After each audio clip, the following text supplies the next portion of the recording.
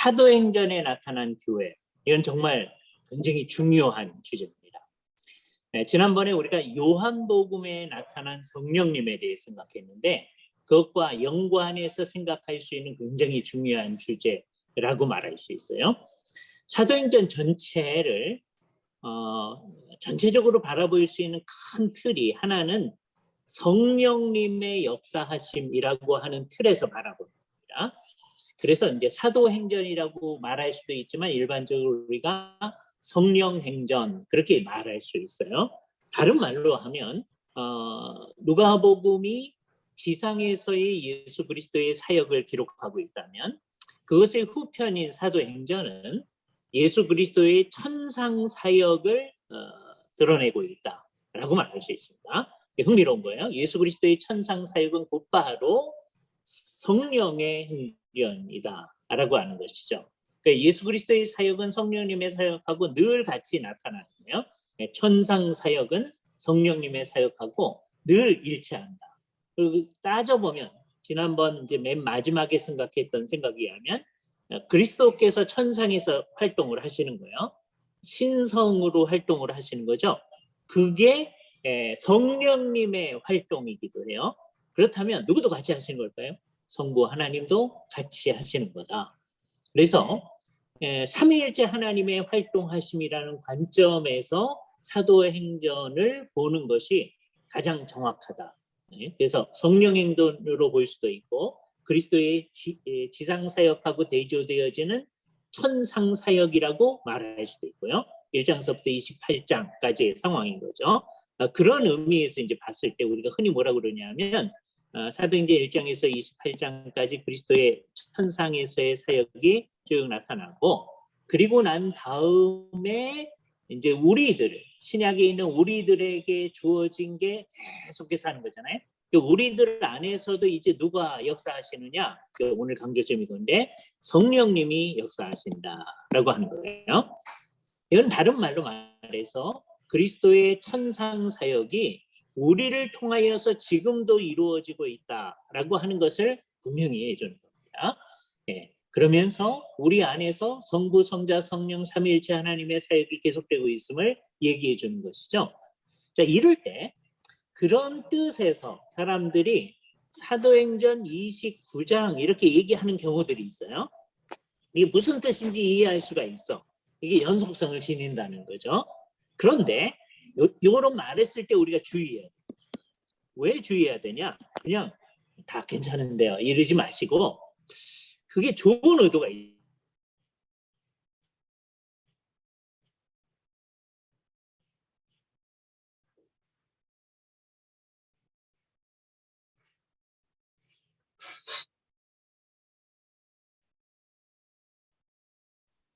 또 끊겼네요.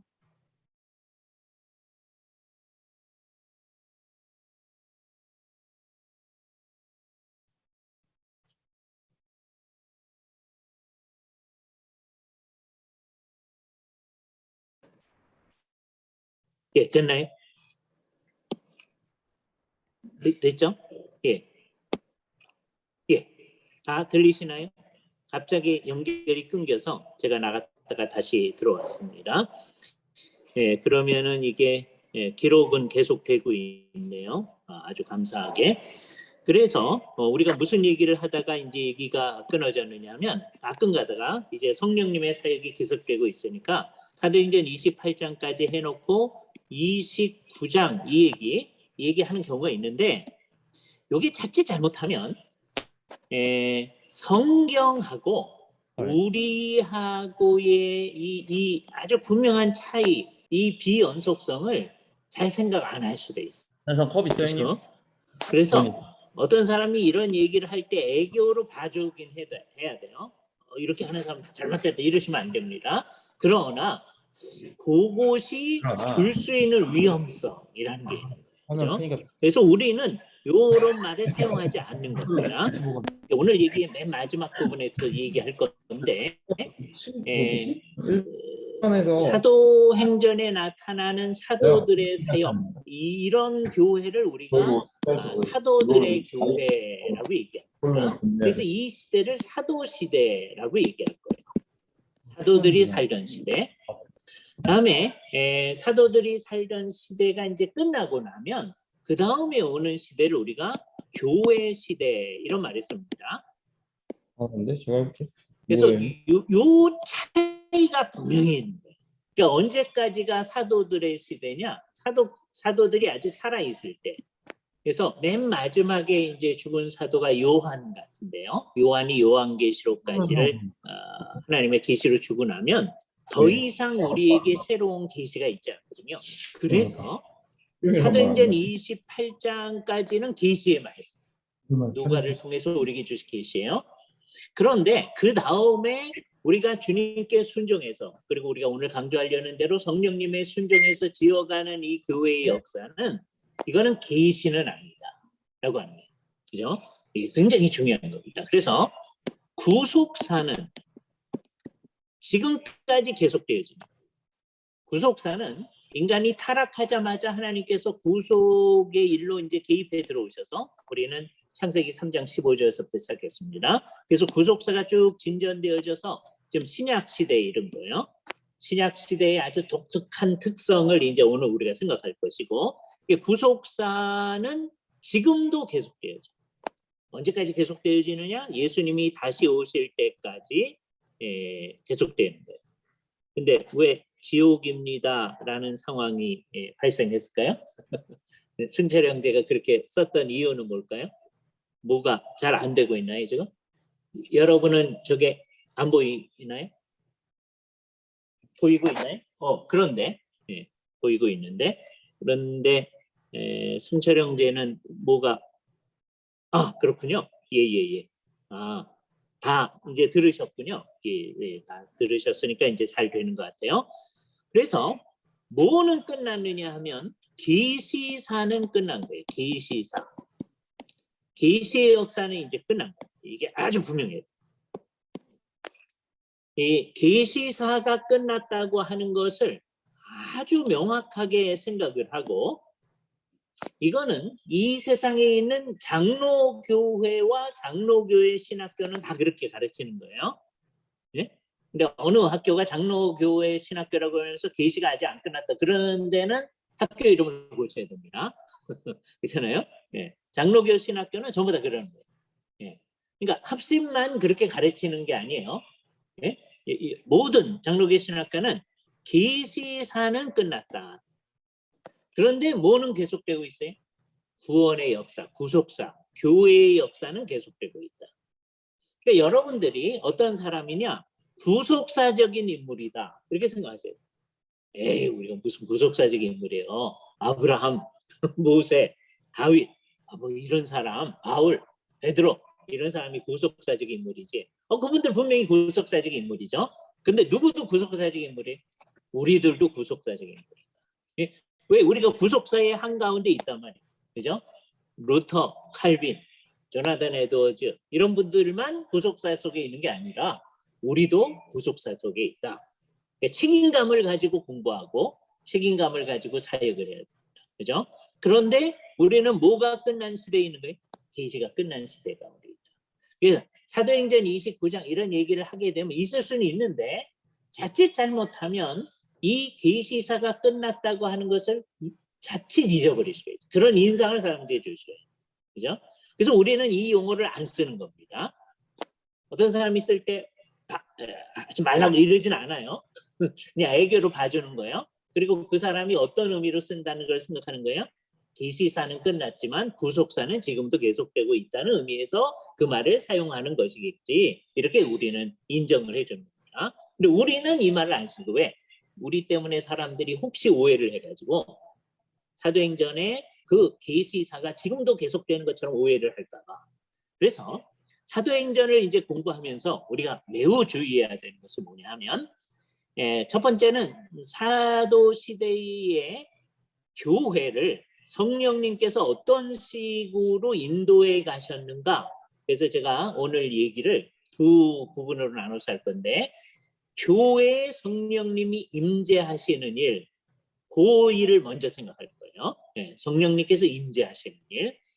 자, 성령님의 임재는 예수님께서 너희가 예루살렘을 떠나지 말고 아버지께서 분부하신 것을 기다려라 라고 말씀하신 것을 따라서 120문도가 마가의 다락방에서 기다리고 있었어요. 예수님이 기다리고 있으라고 그랬어요. 자, 그러니까 여기서 재미있는 걸 알 수 있는데 예수님이 기다리고 있으라고 그러니까 아무것도 안 하고 그냥 기다리고만 있죠. 그러지 아니하고 이 사람들은 기도에 전혀 힘썼다. 그렇죠? 기다리면서 할 수 있는 일, 주님과의 교제하는 일을 할 수 있죠. 그죠? 그런 거예요. 자, 이렇게 기도에 힘쓰는 그 모습을 보니까 여기서 이제 재미있는 일을 이제 알 수 있는데 지난주에도 말씀드렸던 대로 그들 안에 이렇게 기도 열심히 하는 사람 안에 누가 계신 거예요? 성령님이 계신 거예요. 그렇죠?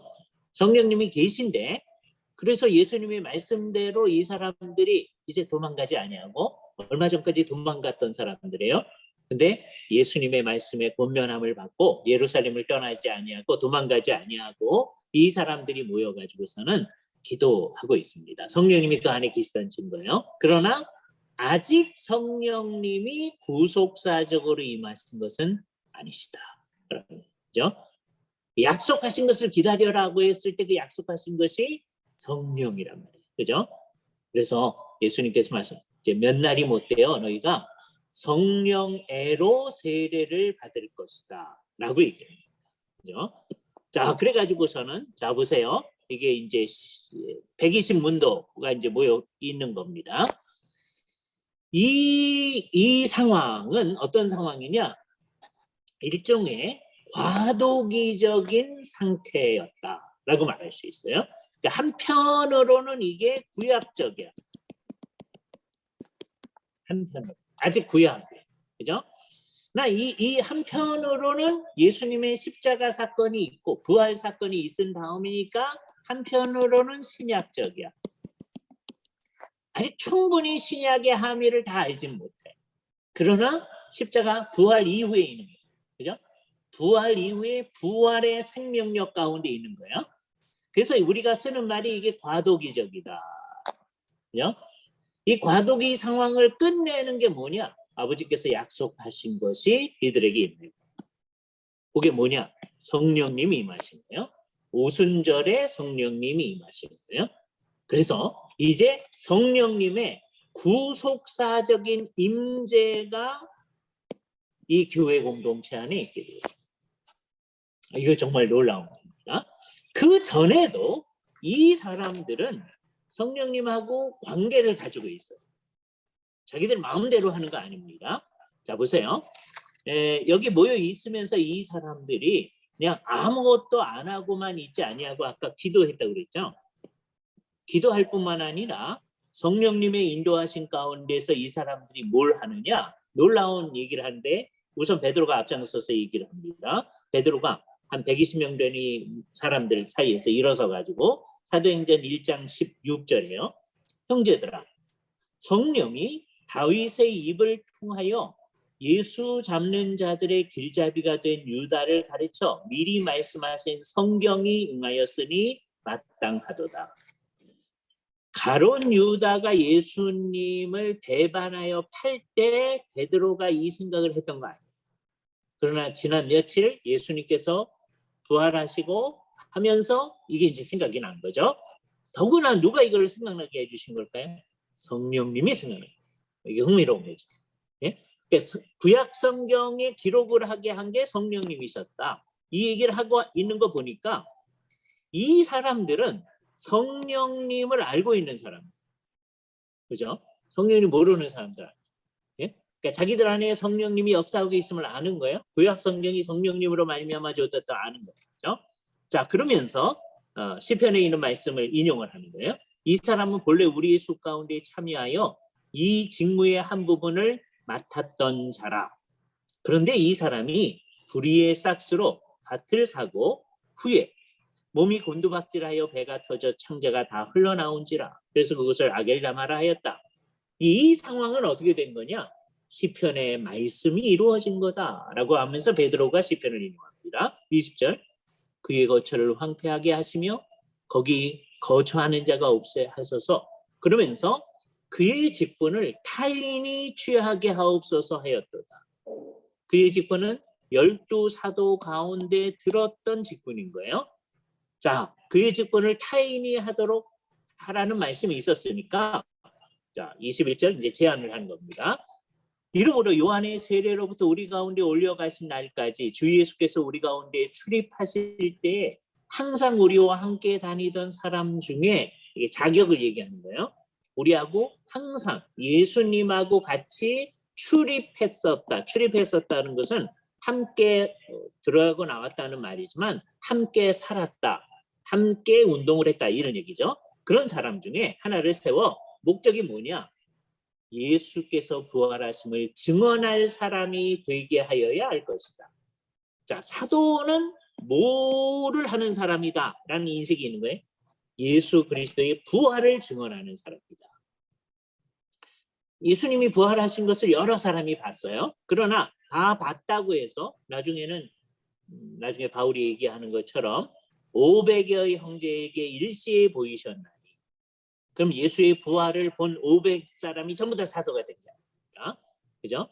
사도의 조건 가운데 하나가 이 예수의 부활을 목격한 거예요. 그런데 그 사람들 중에 처음부터 우리와 함께 다니던 이 사람 중에 하나를 세워서 누구를 대신하는 거예요? 유다를 대신하는 거예요. 그죠? 왜? 저의 직분을 타인이 취하게 하소서. 그래가지고서는 어떻게 했느냐? 2사람을 천거했어요. 한 사람은 바사바라고도 하고 유스도라고 하는 요셉이라는 사람이요. 자, 유스도라는 이름이 있으니까 이 사람은 이제 로마적 배경도 가진 사람입니다. 마치 바울하고 같아요. 사울이라는 이름도 있고 바울이라는 이름도 있고요.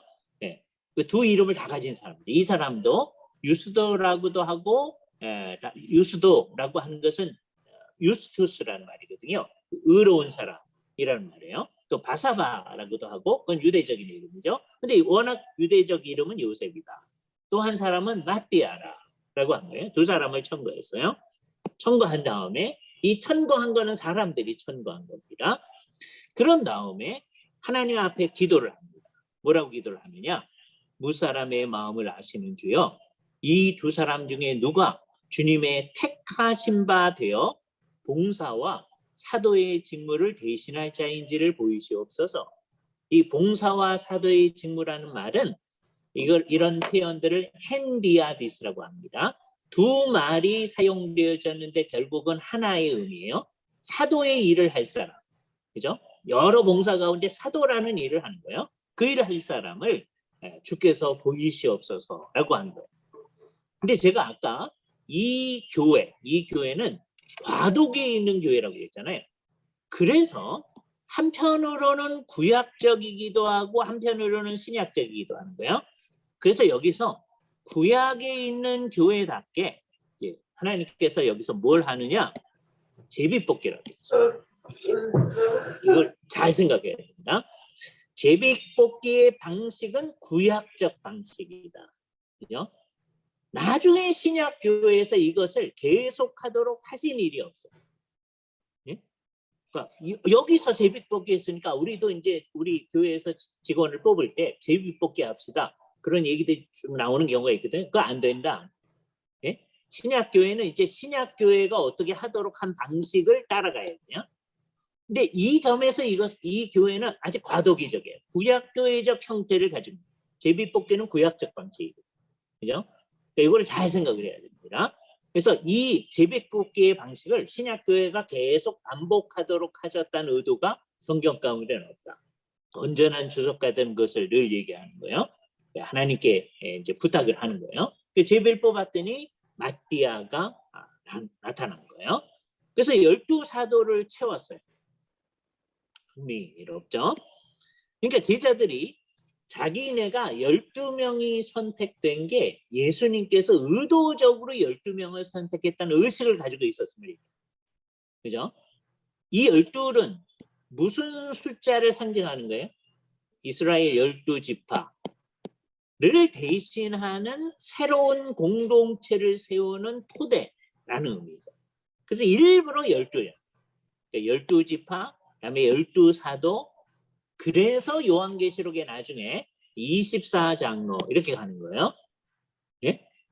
그것은 구약과 신약의 교회의 대표로 얘기하는 거예요. 다음 주 마지막 시간에 우리가 중간 생략하고 요한계시록 공부를 할 텐데 그렇게 이제 갈 겁니다. 그러니까 여기서 이제 그걸 생각을 하는 것이죠. 자, 그래서 하나님의 의도가 의도적으로 12이다. 근데 하나가 제 길로 갔으니까 이제 우리가 12를 채워야 되겠다라는 생각을 가지면서 이 일을 합니다. 자기들 마음대로 한 거 아니에요. 가끔가다 이것을 설명하시면서 어떤 이상한 목사님들이 이 사람들이 자기들 마음대로 이렇게 했다. 왜? 하나님은 하나가 갔으니까 11명 됐잖아요. 그리고서 나중에 바울을 생각하시면서 12를 생각한 건데 이 사람들이 자기들 마음대로 했다. 이런 사람들 많이 있습니다. 그거 아니다. 이 사람들이 성령님의 뜻을 생각하면서 12를 의도적으로 채워 넣은 것이다. 라고 하는 것을 생각하는 거예요. 그래서 마띠아를 얻어서 그가 11사도의 수에 들어갔어요. 그래서 12이 되어져. 그래서 교회 공동체에는 그때서부터 지금까지 오직 12사도가 있는 것이고 사도 바울은 이방인의 사도로 주께서 특별하게 세우신 것이다. 그러니까 저들은 유대인을 위한 주로 다른 사람도 이제 전도하지만 주로 유대인을 위한 사도로 세우신 것이고 바울을 이방인을 위한 사도로 세우신 것이다 라고 생각을 하는 것이죠. 그래서 이 사람들이 하고 있는 일이 지금 기다리면서 하는 일이 두 가지였습니다. 기도하면서 성령님의 뜻을 따라서 좀 마띠아를 얻는 일을 하는 거예요. 그러니까 요게 예수님께서 잘 보세요. 예수님께서 지금 40일 동안 나타나셨다고 그랬잖아요. 자, 6월절 지난 지 50일 지나면 오순절입니다. 그잖아요. 6월절 지난 지 50일이 지나면. 그런데 예수님이 6월절에 죽으시고 그다음에 3일 만에 부활하셨잖아요. 부활하신 다음에 40일 동안 가끔 나타나셨다고 그랬죠. 그죠? 그러면 요게 이를테면 한 43일 되는 겁니다. 지금. 그죠? 그러면 한 일주일 지나면 그게 뭐가 되는 게 오순절이 돼요. 그죠? 그러니까 이분들이 아마 며칠 동안 모여 있으면서 기도했을 가능성이 매우 커요. 한 주간 동안 모여서 기도했을 가능성이 매우 큽니다. 그죠? 생각을 해보니까. 그죠? 그러니까 일주일 동안 모여서 기도한다. 이게 쉬운 일 아닙니다. 그죠? 이게 이제 마가의 다락방에서 있는데 이 집이 부잣집이었다는 걸 알게 된 거예요. 120명이 계속 거기 모여 있어요. 그러면 기도 안 하고 금식하면서 일주일 동안 있었죠? 그거 아니잖아요. 이 사람들은 식사 때문에 식사도 해야 되고 했을 거 아니에요. 부잣집이니까 그 감당을 하는 거야. 그렇죠? 예. 그러니까 120명이 어떻게 모였는지, 예? 다른 때는 자기 집에 가서 자고 이제 일정한 때 왔는지 우리는 몰라요. 그러나 아마도 이 기간 동안 아주 독특한 기간이어서 이 사람들이 여기 있었는데 오순절 날이 이르매 그들이 다 같이 한 곳에 모였더니 요 말 때문에 이분들이 어떤 때는 좀 집에 좀 가 있기도 하고 또 모이기도 하고 그랬을 가능성을 어느 정도는 생각할 수 있습니다. 근데 몰라요. 이건 나중에 하늘에 가서 여쭤봐야 할 것 중에 하나가 이거예요. 120명이 계속 그 집에 머물러 있었습니다. 일주일 동안. 네? 그렇지 않고 가끔 가다가 집에도 갔다가 다시 모여가지고 했습니까? 이렇게 여쭤봐야 돼요. 그죠? 네. 그러나 하여튼 이 기간 동안에 계속 열심히 기도하고 그다음에 회의도 하고 그래서 12명을 채워 넣기도 하고 다음에 오순절날 이날 성령님 임할 줄 알고 모인 거 아니에요? 그렇잖아요?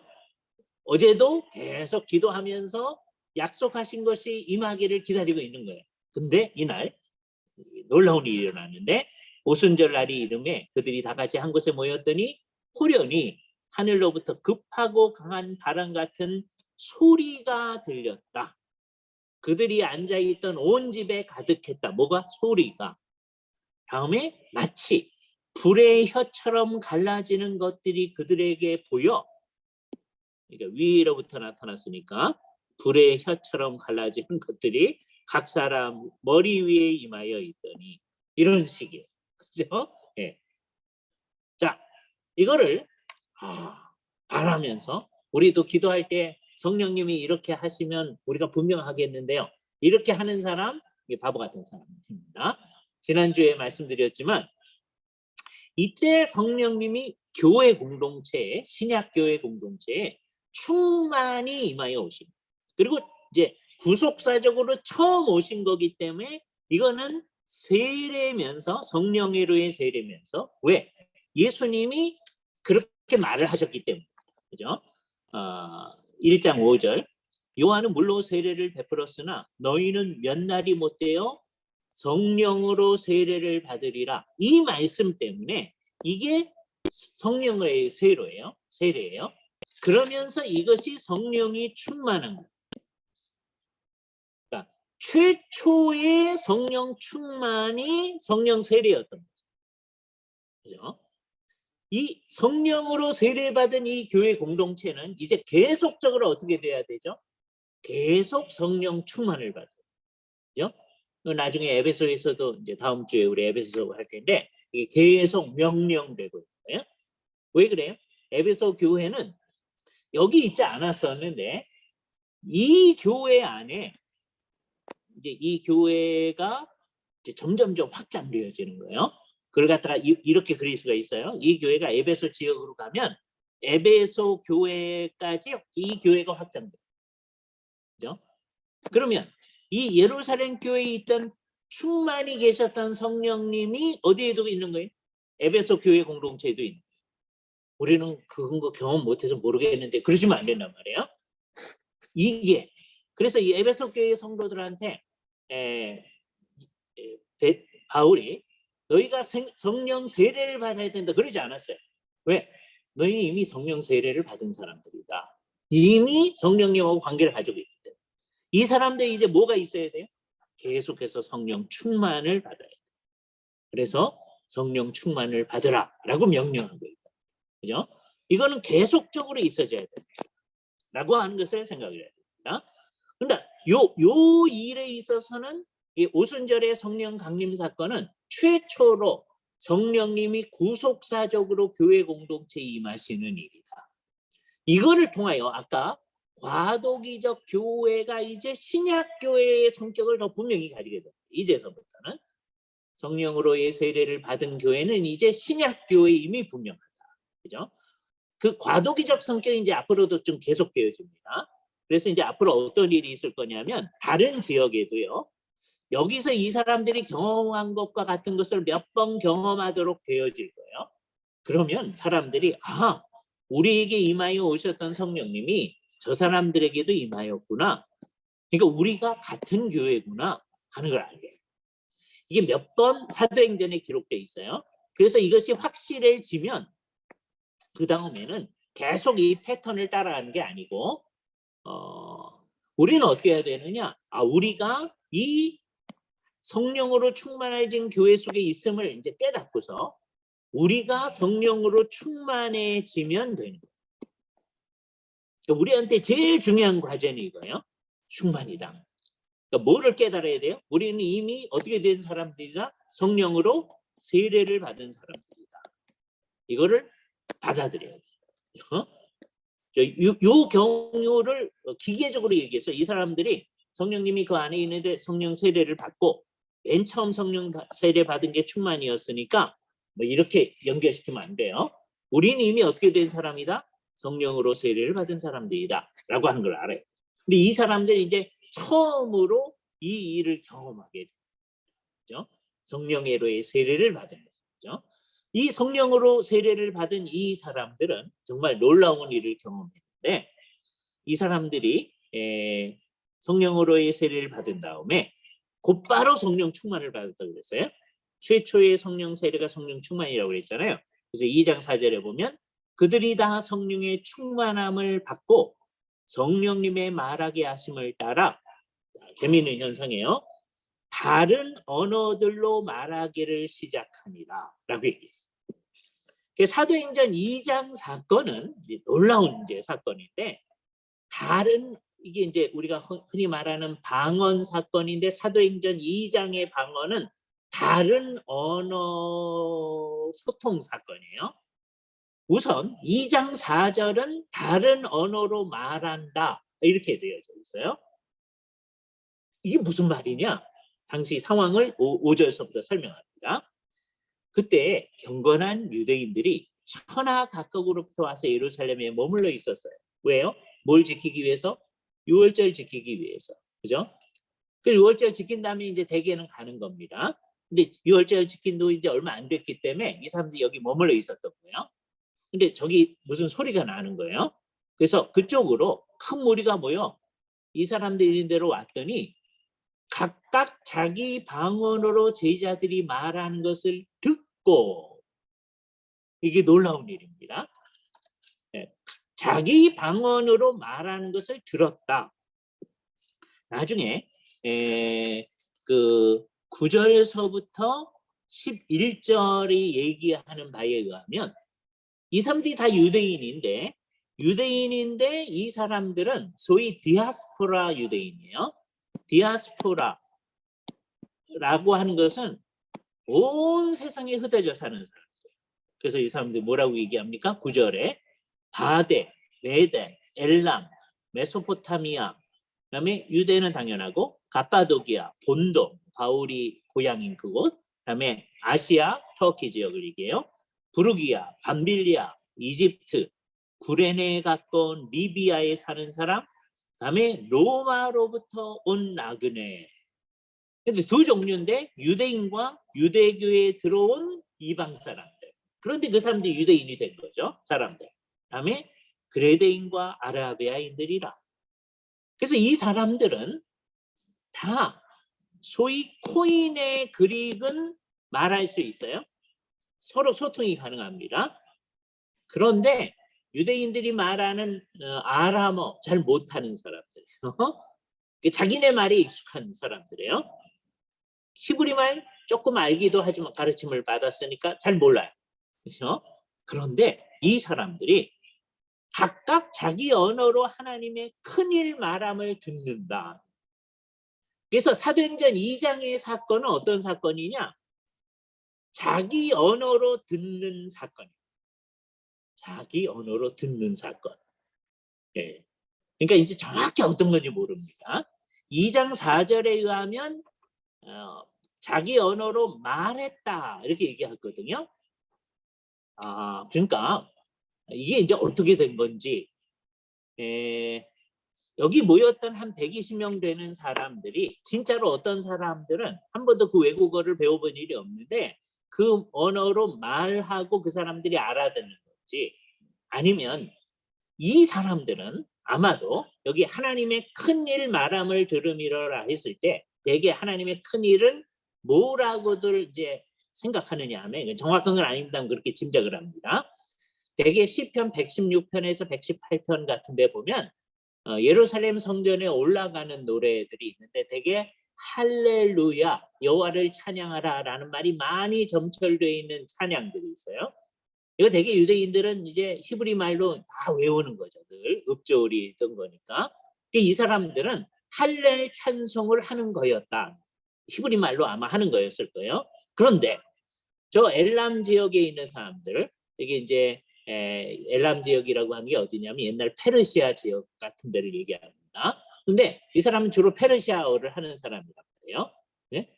근데 그 사람이, 이 사람 히브리어 모르는 사람인데 저 사람이 히브리어로 얘기를 하는데 자기가 알아들어. 네? 그 일이 사도행전 2장 사건의 특성이죠. 그러니까 사도행전 2장에 나타난 방언 사건은 이건 분명히 언어로 하는 방언입니다.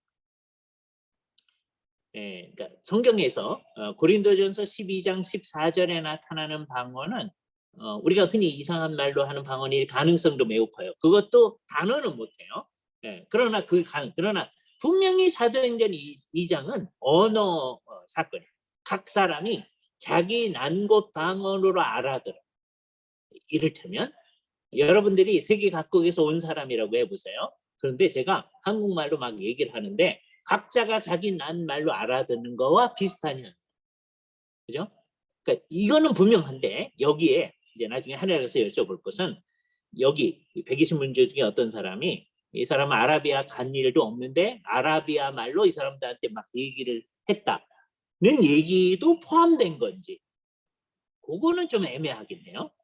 4절 얘기는 그렇게 들리기도 해요. 다른 언어들로 말하기를 시작하니라. 그러니까 듣는 일이면서 말하는 일이었을 가능성이 있는 겁니다. 그러면 이때 다른 언어로 말하기를 시작한 사람은 이 사건 끝난 다음에 계속 그 언어를 하게 됐을까? 네? 그 단어는 못해요. 아마 못했을 가능성이 매우 커요. 그죠?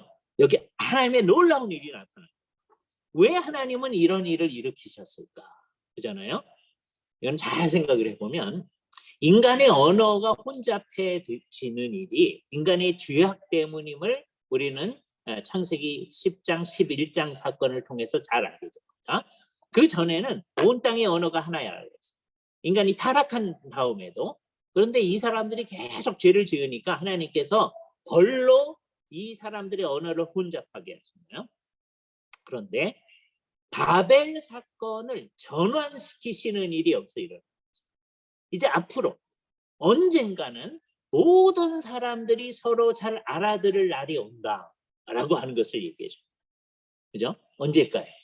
우리는 아는데 우리 주 예수 그리스도께서 다시 오시는 날 우리는 여기서 언급된 이 모든 언어 또 이 지구상에 있는 이 수없이 많은 언어 그거 서로 소통이 안 돼서 이제 고통스러웠는데 나중에는 서로 소통하는 일이 있을 겁니다. 놀라운 일이죠. 그런데 그때 나중에 주께서 모든 사람이 소통을 하게 할 때 이 세상의 모든 언어를 그때는 다 없앨까요? 이제 필요 없으니까 하나의 언어만으로 있게 할까요? 아마도 그러지 않을 가능성이 크다. 그죠? 여기서 우리는 재미있는 걸 발견하는 거예요. 모르는 얘기를 하는 거예요. 우리가 지금 이거 어떻게 될지 몰라요. 그런데 이제 짐작을 하는 거예요. 요한계시록 같은 데서 보면 이 세상에 있는 수없이 많은 사람들이 자기들의 방언으로 주님을 찬양한다는 얘기를 계속하고 있어요. 열방이 자기의 방언으로 찬양한다. 그죠? 지금뿐만 아니라 나중도 그런다. 그죠? 새하늘과 새 땅에서 각국 방언으로 주님을 찬양해. 그럼 예를 들어서 아까 리비아 얘기가 나오니까 리비아에서 온 사람이 리비아 말로 막 찬양을 해. 그럼 여기 있는 사람 가운데서 그 알아들을 사람 아무도 없어요. 근데 새하늘과 새 땅에서는 우리가 어떻게 돼요? 리비아 말 우리 하나도 안 배웠는데 다 알아들어. 얼마나 감사해요. 그렇죠? 자, 그러니까 이거를 너무 믿어가지고서는 선교지에 갈 사람이 선교지 언어를 하나도 공부 안 한다. 왜? 하나님께서 알아서 해줄 거니. 그러면 안 돼요. 그렇잖아요? 나중에는 주께서 우리의 모든 언어를 하나가 되게 하실 거예요. 어떤 식으로 하나가 되게 해요? 다 알아들어. 우리가 한국말로 얘기하면요. 정확하게 그 사람이 알아들어. 예? 그럼 그 사람이 한국말로 말하는 게 아니고 그 사람은 자기 말로 할 거예요.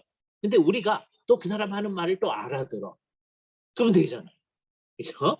이게 각각의 언어가 있는데 그러니까 이게 바벨 사건을 뒤집어 놓는 일을 하는 거예요. 역전 현상. 예? 이게 성령의 임재가 그러니까 성령의 임재는 결국 이 사도들을 통하여서 앞으로 복음이 온 세상에 전파되어지고 결국은 사람들이 하나님을 각국 언어로 찬양하게 될 일을 바라보면서 지금 여기 그것을 소금으로 유대인들이 각국에 흩어져 살고 있는데 디아스포라 사람들이 이 사람들은 거의 다 유대인들과 유대교에 들어온 사람들이에요. 그런데 그 사람들이 다 유월절을 지키러 왔다가 하나님을 찬양하는 소리를 각각 알아듣는 놀라운 일을 경험하게 됩니다. 이 놀라운 일이 성령님의 임재 때문에 있게 되었습니다. 근데 이게 어떤 임재냐? 성령님의 구속사적인 임재다고 하고요. 여기 구약교회하고 신약교회의 큰 차이가 나타나는데 구약교회도 성령님이 함께 하시는 교회예요. 우리 이것을 지난번에 이사야서에서 또는 학개서에서 분명히 했습니다. 저 백성들 안에 누가 계셨어요? 성령이 계셨다. 분명히 했어요. 그러나 구약교회에는 성령님이 구속사적으로 임재해 있는 교회는 아니에요. 그렇잖아요? 구약교회는 아직 메시아가 안 온 교회예요. 그래서 메시아를 기다리는 교회예요. 그런데 메시아가 오셔서 당신님의 사역을 이루셨어요. 물론 예수님이 그 메시아로서 사역할 때 그걸 몰라본 사람이 훨씬 더 많아. 유대인들 가운데서도. 그렇잖아요. 그 대부분의 사람은 예수를 십자가에 못 박게 하소서 그러던 사람. 네? 그러니 예수님 마음이 어땠을까요? 저들을 위해서 해주는데 네? 다 안 받아들이고 막 죽이려고 들어. 네? 이게 이제 이 세상이 하는 일이다. 자, 그런데 이 사건이 일어나고 예수님의 구속사적 사건이 일어나고 예수님의 부활이 일어난 다음에 이제 예수님의 죽으심이 이제 6월 전이니까 50일 지나서 오순절날 성령님의 구속사적 임재가 우리에게 있거든요. 그래서 그게 신약교회. 신약교회는 예수님의 구속사적 사역의 결과로 있게 된 교회야. 그다음에 성령님의 구속사적 임재로 있게 된 거잖아요. 그 120문도가 모여있던 요 상황은 신구약의 딱 과도기 형태. 어떤 면에는 구약교회고 어떤 면에는 신약교회인 거예요. 근데 이제 성령님의 구속사적 임재 때문에 이제 어떤 교회가 되는 거예요? 이제 신약교회가 됩니다. 그러니까 신약교회는 이제 어떤 교회다? 성령님의 구속사적 임재가 있는 교회다라고 합니다. 예수님께서 이 세상에 계시면서 계속해서 성령님이 임하실 것임에 대해서 약속을 해주셨었잖아요. 지난번에 14장, 요한복음 14장, 15장, 16장 성령님이 임하실 거라고 그랬잖아요. 그럼 성령님이 가르칠 거라고 그랬잖아요. 성령님이 너희 가운데 있을 거라고 그랬잖아요. 예수님께서 그런 얘기를 해주셨잖아요. 그런데 정말 성령님이 임재하심을 딱 알게 됩니다. 자, 그런데 성령님이 임재에 계심을 정확히 안 사건 하나가 여기 나타납니다. 사도행전 5장 사건. 사도행전 5장은 여기 이 초대교회고 사도들이 있는 교회고 성령이 충만한 교회예요. 그런 교회도 문제가 있다는 걸 우리 알게 돼요. 네? 성령이 충만한 교회는 문제 하나도 없죠. 그렇지 않다. 문제가 있다. 그죠? 어떤 문제가 있느냐? 우선 5장에서 한 문제가 나타나고요. 그다음에 6장에서 한 문제가 나타나는데 계속 문제가 있어요. 5장의 문제는 어떤 거냐? 잘한다고 하면서 그거를 오해해서 생기는 문제예요. 5장 1절 봅니다. 아나니아라고 하는 사람이 그의 아내 삽비라로 더불어 소유를 팔아가지고 왜 팔았느냐? 사도들한테 내어줘 가지고서는 사람들한테 나눠주도록 하기 위함. 그죠? 이건 마치 뭐와 똑같은 거냐? 그 위에는 4장 34절에 그들 중에 가난한 사람이 없으니 이는 밭과 집이 있는 자는 팔아 그 판 것의 값을 가져다가 사도들의 발 앞에 두매 그들이 각 사람의 필요에 따라 나누어 줌이더라. 이 일을 하기 위해서 일종의 헌상하기 위해서 판 거예요. 그죠? 그러니까 좋은 의도로 판 겁니다. 판 거예요. 그죠? 자, 여기서부터 이제 잘 생각을 해야 됩니다. 팔았어요. 근데 문제는 5장 2절 앞부분에 상황이 어떤 건지 그 값에서 얼마를 감춤해. 이게 문제예요. 예? 그러니까 감추지 않고 사도한테 와가지고 우리가 우리 밭을 팔았는데요. 그 중에 일부를 헌상을 합니다. 이걸 가난한 사람에게 해주십시오. 그럼 문제 하나도 없는 거예요. 예? 그러니까 이 본문은 너희가 밭을 다 내야 된다. 그거를 가르치기 위해서 이 본문이 있는 거예요. 예? 사람들한테 헌금 많이 해라 하는 걸 하기 위해서 이 본문이 있는 거 아니에요. 또 다 내려고 하다가 조금 어려운 생각이 들어가지고 일부를 내는 거를 잘못됐다 그러는 거 아니에요? 그럴 수 있어. 뭐만 하면 돼요? 이게 다 아니고요. 우리 맨 처음에 다 하려고 그랬는데 그거 아니고 이 일부입니다. 그러면 되는 거예요. 그렇죠? 그런데 이 사람들이 어떻게 하느냐? 다라고 하는 거예요. 베드로가 아주 분명히 얘기합니다. 4절. 땅이 그대로 있을 때는 내 땅이 아니며 판 후에도 내 마음대로 할 수 없더냐? 할 수 있다는 거예요. 예? 여기서 이제 교회는 사유재산을 분명히 인정하고 있다는 것을 분명히 생각을 해야 돼요. 사도행전 2장과 4장 저 뒷부분 아까 읽었던 그 부분을 북한에서 옛날 이제 1945년 이제 북한에서요 자기네 노동신문 내면서 2장하고 여기를 인수해서 낸 적이 있다고 그래요. 예? 뭐 하는 거예요? 사람들의 필요에 따라 나누어준다. 예? 그래서 이제 토지를 다 몰수해가지고 북한이 토지를 국가가 소유한 거예요. 토지를 다 가지고 그다음에 필요에 따라서 이렇게 한 거죠. 그럼 사람들은 뭐만 하는 거예요? 임대만 해 쓰는 거예요. 예? 북한은 이제 공산주의 혁명을 하면서 그렇게 한 거죠. 그죠? 예. 요걸 잘 생각을 해봐야 되는 거예요. 예. 그래서 북한 토지는 지금 국유화되어 있는 겁니다. 그래서 이게 굉장히 중요한데 우리나라가 만일 하나님이 허락하셔서 통일을 한다면 예? 그때는 우리가 정말 토지가 북한에 있는 토지는 국가의 소유임을 분명히 하는 게 좋아요. 왜요? 그러지 않으면 어떻게 되는 거예요? 또 남한에 있는 많은 사람들이 올라가 가지고 땅 투기할 겁니다. 그죠? 교회도 예외가 아닐 거예요. 미리 가서 선점해야 돼. 그래서 큰 예배당 터지를 잡아야 돼. 뭐 이렇게 할 거예요. 그죠? 그러면 안 된다. 그죠? 자, 여기서 우리가 아주 분명히 해야 됩니다. 북한처럼 이미 이렇게 공동의 소유가 된 데는 그거를 끝까지 가져가야 돼요. 예? 끝까지. 이제 다 나눠 먹기 시작하면 이제 끝이 없습니다. 근데 그렇지 않은 데다가 갑자기 그걸 적용하려고 그러면 그거 안 되는 거예요. 그죠? 성경이 개인의 소유를 분명히 인정을 하는 거예요. 그 중에 자기가 원해서 내놓는 거는 있을 수 있는 거예요. 그걸 권장을 해요. 자기가 원해서. 그런데 그때 네 가지고 있는 거 다 내놔라. 그러지 않아요. 그러니까 성경은 언제나 사유재산을 인정하는 거예요. 그래 놓고 그걸 내놓는 거예요. 이제 어떻게 하는 게 제대로 하는 건가? 우리 5장의 뒷부분 한 10분 쉰 다음에 계속하기로 하겠습니다. 10분만 쉬세요.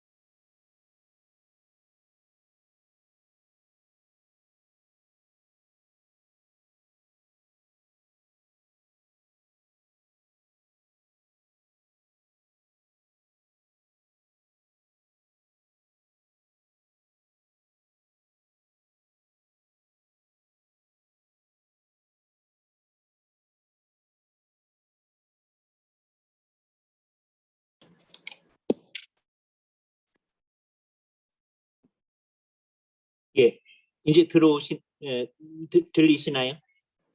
계속 안 되나요? 잘 들립니다. 됩니다. 어떠신가요? 준영 형제 들리시나요? 네, 잘 들립니다. 예, 들리시나요? 아직 안 들리시나? 잘 들립니다, 교수님. 예, 들리나요? 안 들리나요? 잘 들립니다. 사인을 해주셔요. 성찬 형제가 들린다고 얘기해, 그죠? 들린다고 예, 해주시면 됩니다. 예, 감사합니다. 그러면 이왕 그렇게 된 김에 아까 이제 얘기를 이 온라인으로 듣는 형제 중에서 누가 질문을 하나 했었어요. 무슨 질문을 했었느냐면 아까 열둘이라고 하는 의식을 이 사람들이 가졌다고 그랬잖아요. 근데 나중에 바울을 합하면 이 열둘이라는 의식이 빠진 게 아니냐라고 얘기하는 거죠. 근데 여기 아주 독특한 게 작용합니다. 바로 그런 의식 때문에 아까 이 열둘을 채워넣은 게 잘못이다. 바울을 합해야 열둘이다. 이렇게 가려고 이제 잘못된 해석이 나오는 겁니다. 그래서 제대로 하기 위해서는 이 열둘이라는 의식, 예수님이 우리를 왜 열둘을 예수의 제자, 즉 나중에 사도라고 말하는 사람들로 얘기했는지, 요 12만 사도거든요. 이 세상에 다른 사람 사도가 없는 거예요. 근데 플러스 이방인을 위한 사도로 바울을 세우신 거예요. 이게 요 의식인 거예요. 이게 12이라고 하는 것은 이제 선택된 사람들의 표다라고 하는 거예요. 그런데 이스라엘 사람을 갱신하기 위해서 이제 이 일이 이루어지는 거죠. 근데 플러스 이스라엘만 갱신이 이루어지는 것이 아니라 이제 유대인들이 아닌 이방 사람들도 여기에 포함되도록 이방인을 위한 사도로 세우신 거죠. 그래서 이제 교회는 유대인과 이방인, 사도 바울의 사역이 언제든지 그렇게 사역되는 거예요. 먼저는 유대인에게요, 복음을 먼저 그들에게 전합니다. 각 회당을 다니면서. 그리고 이방인에게로라. 근데 유대인들이 거부하면 이방 사람에게 향하노라. 이렇게 얘기한단 말이에요. 그러니까 여기에 하나님의 의도 속에 12 유다의 사람들을 갱신하는 의미가 있고, 다음에 이것을 확장해 나가는 의미를 해서 이게 13이니까 이제 12의 의미가 없습니다. 그러지 말고 하나님께서 유대인을 갱신하는데 동시에 확대하는 의미가 여기 있다라고 하는 것을 생각하면서 사도를 생각해야 됩니다. 이왕 얘기가 나왔으니까 사도행전에 보면 가끔 가다가 이 아포스톨로스, 사도란 말, 그 말의 뜻은 사명을 주어 보낸다. 아포스텔로라는 말이 사명을 주는 거잖아요. 근데 그게 그냥 일반적으로 사명을 주어 보낸다라는 의미로 사용하지 아니하고 이 독특한 교회의 초석으로서의 사도라는 의미로 사용하거든요. 근데 일반적인 의미에서 교회에서 사명을 주어 보낸 사람들을 그냥 아포스톨로스라고 사용하는 경우가 있어요. 예를 들어서 사도 바울과 함께 바나바도 사도 이렇게 얘기하는 경우가 있어요. 바나바는 사도가 아닌데 사도행전은 그렇게 얘기한단 말이에요. 그때는 어떤 의미에서 한 거예요? 안디옥 교회가 사명을 주어 보낸 사람들이다라는 의미에서 교회의 사도라는, 주께서 세우신 사도가 아니고 교회의 사도라는 의미에서 이것을 확대해서 사용하는 경우들도 있었다는 거예요. 몇몇 안 되는 사람들입니다. 그러나 그런 예가 있다고 해서 우리가 어떤 사람들을 자꾸 사도라고 얘기하면 안 되는 거예요.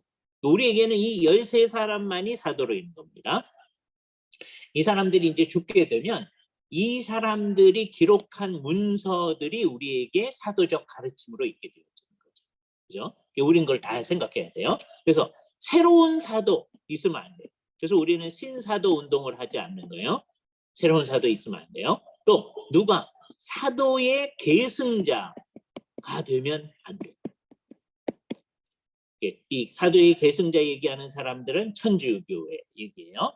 또 이제 주교 제도를 가진 사람들 다 사도의 계승자 얘기를 하는 거예요. 그러니까 우리는 아주 의식적으로 사도의 계승자가 없다라고 하는 것을 분명히 하는 거예요. 대신에 우리는 사도의 가르침에 충실해야 된다라고 하는 거예요. 그러니까 우리는 사도의 가르침을 계승하는 걸 강조합니다. 그렇다고 해서 사도의 직분을 우리가 계승하는 건 아닙니다. 네? 이건 도무지 계승되어질 수 있는 게 아니다. 뭐만을 계승해요? 사도적 가르침. 네?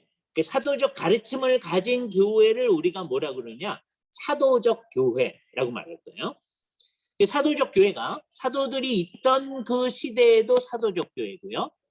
그다음에 사도가 죽은 다음에도 사도적 교회가 있는데 어떻게 할 때 사도적 교회요? 이 사도들의 가르침에 충실한 교회. 그게 사도적 교회. 만일에 21세기에 우리가 사는데 21세기에는 다른 사도가 없잖아요. 그런데 우리가 사도들의 이 가르침에 충실할 때 우리는 사도적 교회예요. 사도들이 살아있을 때만 사도적 교회가 있는 게 아니고 네? 이 사도들이 살아있을 때 사도들이 가르친 대로 잘 갈 때 그게 사도적 교회이듯이 21세기에도 옛날에 사도들이 그 가르친 그 사도적 가르침에 충실할 때 그것을 우리는 사도적 교회라고 한다. 우리는 사도적 교회여야만 하는 거죠. 뭐로 결정이 돼요? 우리가 어떤 가르침을 가르치느냐라고 하는 거예요. 그래서 학교에서 정말 사도적 가르침에 충실한 것을 잘 배워나가는 것이 매우 중요하다. 예? 그래야 우리가 섬기는 교회가 사도적 교회. 그죠? 자, 그런데 이 사도행전 5장에 보면 지금 상황이 어떤 거냐면 사도적 교회의 큰 특징 중에 하나가 성령님이 구속사적으로 내주에 계시는 거거든요. 우리 공동체 안에 성령님이 계시는 거예요. 이걸 의식해야 돼요.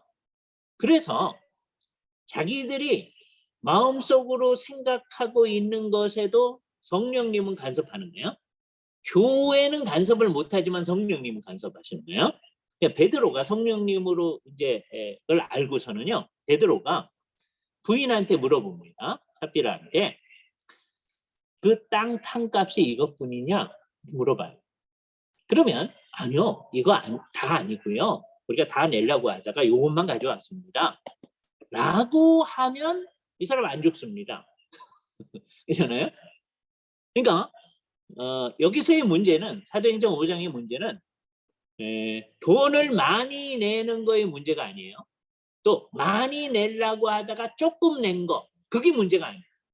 뭐 하면 돼? 이거 조금입니다. 그러면 돼. 네? 그런데 문제는 뭐냐? 그거를 다라고 자꾸 얘기하는 거예요. 그게 뭐냐? 예? 이 일이 뭐라고 베드로가 규정하느냐? 3절에 보면 베드로가 가로되 아나니아여 어찌 사단이 내 마음에 가득하여 내가 누구를 속이고 성령을 속이고 땅값의 얼마를 감추었느냐? 뭐가 성령을 속이는 거죠? 교회 공동체 앞에 와가지고 이거 다 아니고요. 일부입니다. 우리의 믿음이 부족해서 이것만 냅니다. 그럼 속이는 거 아니야. 그잖아요? 그런데 어떻게 하면 건 속이는 거예요? 이게 다입니다. 라고 하는 거죠. 왜 그러는 걸까요? 왜 다 아닌데 다라고 하는 걸까요? 그 위에 보세요. 사도행전 4장.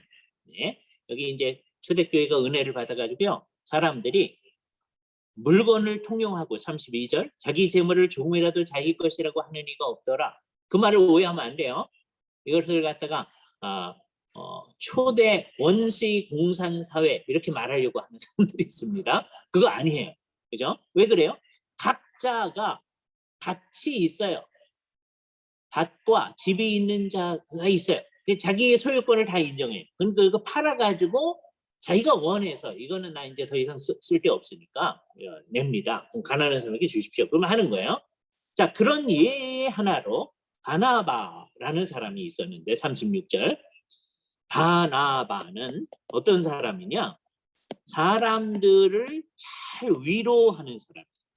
그래서 이름이 뭐냐면 위로의 아들이에요. 네? 옛날 번역은 위로자 그랬어요.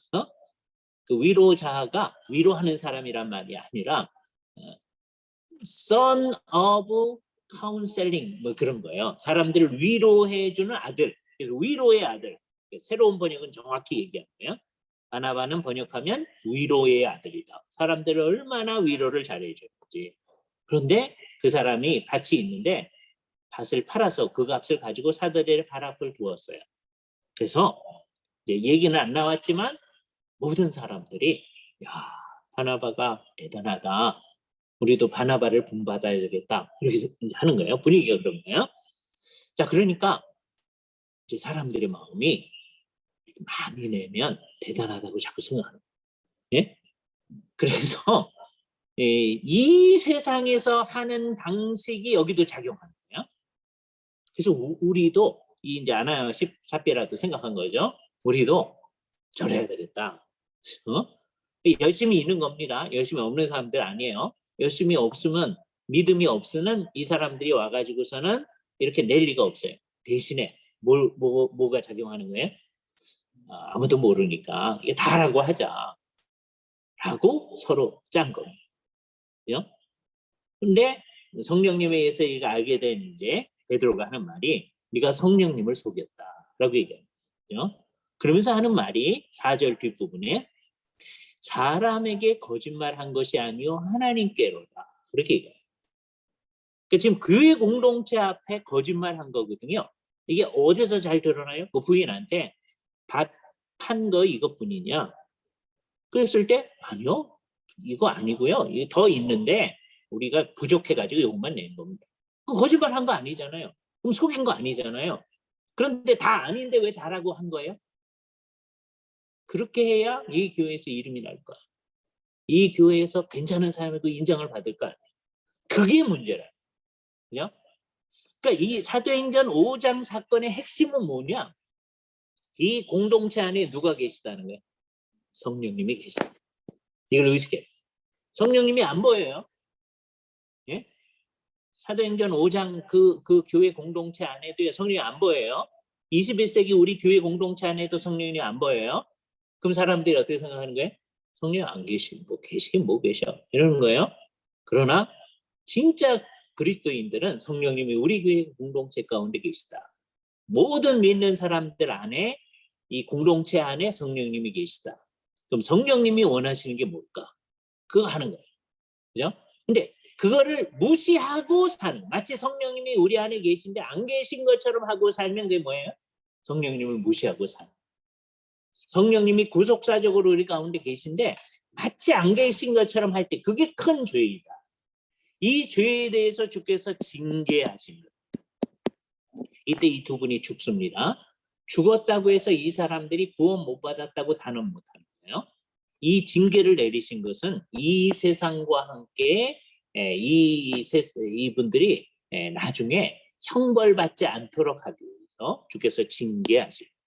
마치 고린도 교회에 어떤 사람들이 성찬을 제대로 하지 않을 때 하나님께서 징계하기 위하여서 어떤 사람들은 연약해지고 어떤 사람들은 병들고 어떤 사람은 죽었던 것과 비슷한.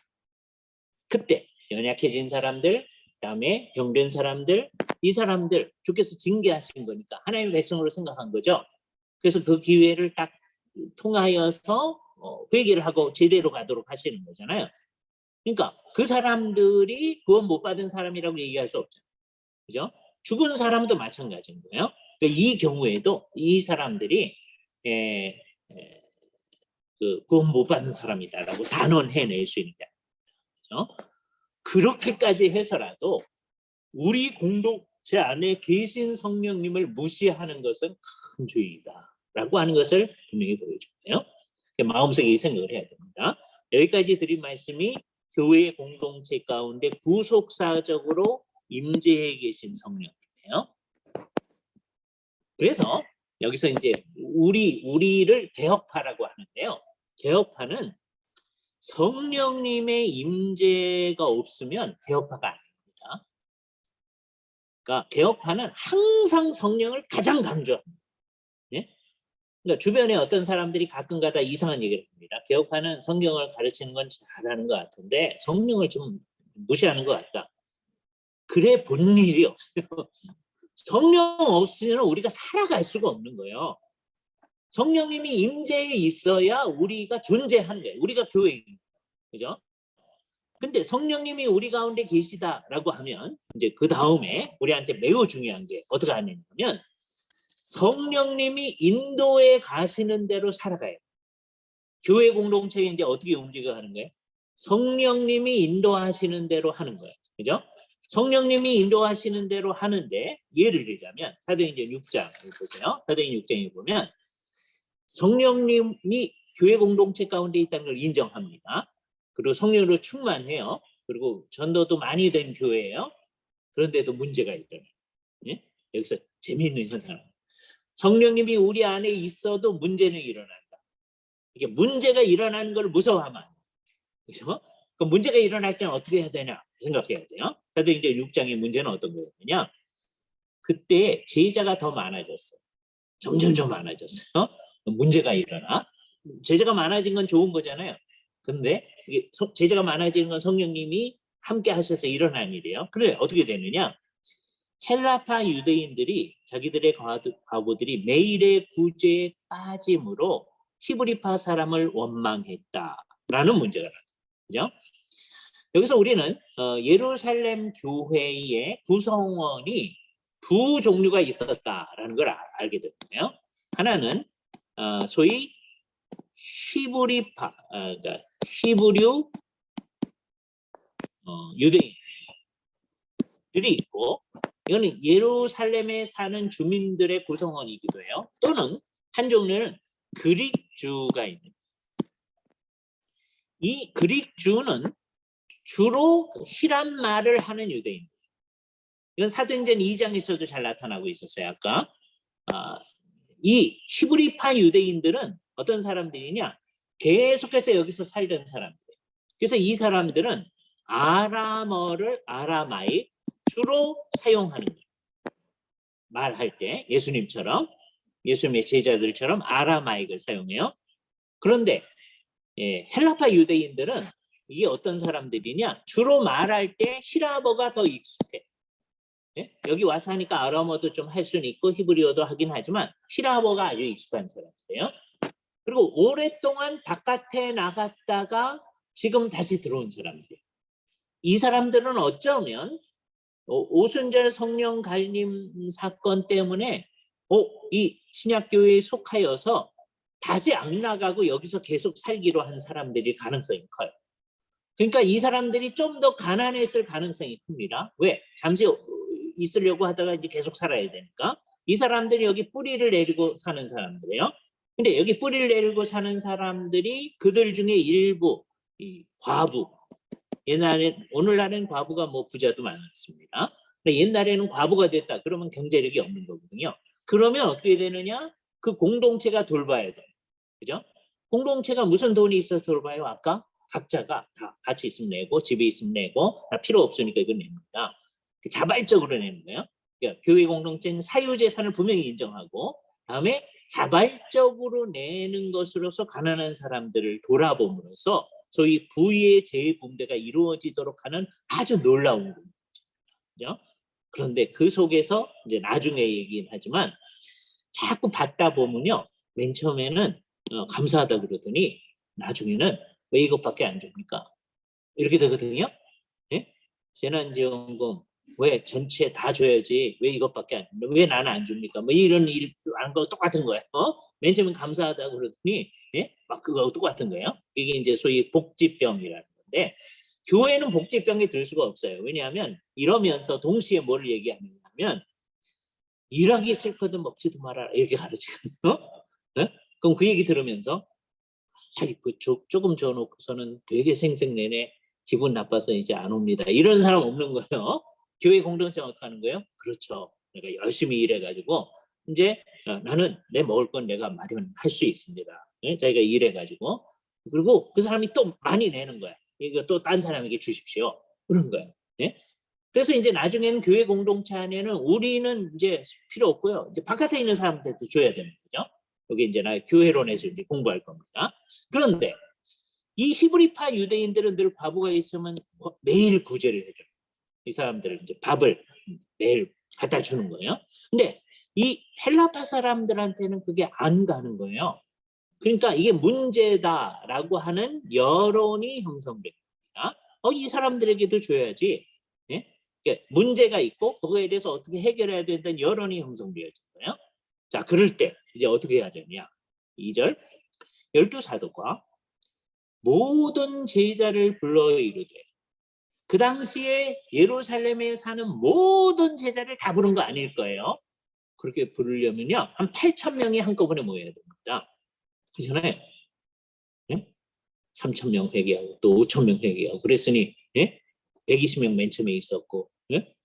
많은 사람이 한꺼번에 모일 수 있는 거 아니잖아요. 아마 그들이 각각 집에서들 이렇게 모이고 있었을 텐데, 어떤 집에서는 한 120명 모이고, 어떤 집에서는 한 50명 모이고, 어떤 집에 한 100명 모이고, 뭐 이렇게 가지고 한 8,000명이 있었겠죠. 예루살렘의 곳곳에서. 그 아마 그곳의 대표자들을 모았겠죠. 그죠? 모아가지고서는 이렇게 얘기합니다. 우리는 아마 12 사도를 얘기하는 것 같아요. 하나님의 말씀을 제쳐놓고 접대를 일삼는 것이 마땅하지 아니하니, 그 접대라는 말에 삼자가 써 있습니까, 여러분 성경에? 그 없는 성경은 나쁜 성경입니다. 그리고 밑에 내려가면 뭐라고 돼 있어요? 삼자, 재정출납을 이렇게 돼 있죠. 테이블 서비스예요. 영어로 말하면 테이블 서비스. 왜 테이블 서비스예요? 날마다 구제한다고 그랬잖아요. 사람들이 먹을 수 있게 하는 거예요. 그렇죠? 그러니까 우리식으로 말하면 이게 뭐냐? 이렇게 밥퍼 이런 거 하는 겁니다. 그렇죠? 빵 나눠주고 하는 거예요. 이게 테이블 서비스죠. 그 확대되어지면 돈을 가지고 사람들을 돕는 일을 하는 거죠. 이게 재정출납이죠. 우리가 그것까지 할 수가 없다. 그러니까 형제들아, 너희 가운데서 성령과 지혜가 충만하여, 계속 성령이 나오잖아요. 신약교회는 성령 없으면 무너지는 겁니다. 이 성령님은 구속사적으로 우리 가운데 임하신 성령님이에요. 그런 성령님이 충만한 사람 7을 택해라. 그러면 우리는 기도하는 것과 말씀 사역에 힘쓰겠다. 그래서 사도행전 6장에 7명을 세우는 일이 나옵니다. 7명을 세워요. 그죠? 근데 대개 우리가 이 7명에 대해서 뭐를 선택한 거라고 흔히 얘기하죠? 7 집사 이렇게 생각하죠. 근데 사도행전 6장에 암만 찾아봐도 집사란 말은 안 나와요. 예? 물론 그 위에 제목에 가끔 가다가 7 집사의 선택 이렇게 적어놓은 성경이 있어요. 그 제목은 누가 붙인 거예요? 사람들이 나중에 붙인 거예요. 그렇죠? 그러니까 워낙 있는 거 아니에요. 7명이에요. 7명. 그죠? 근데 아마도 이게 집사님 하는 일 같아요. 왜? 이 사람들 일이 집사님 일입니다. 예? 그래서 이걸 아주 분명히 해야 됩니다. 예.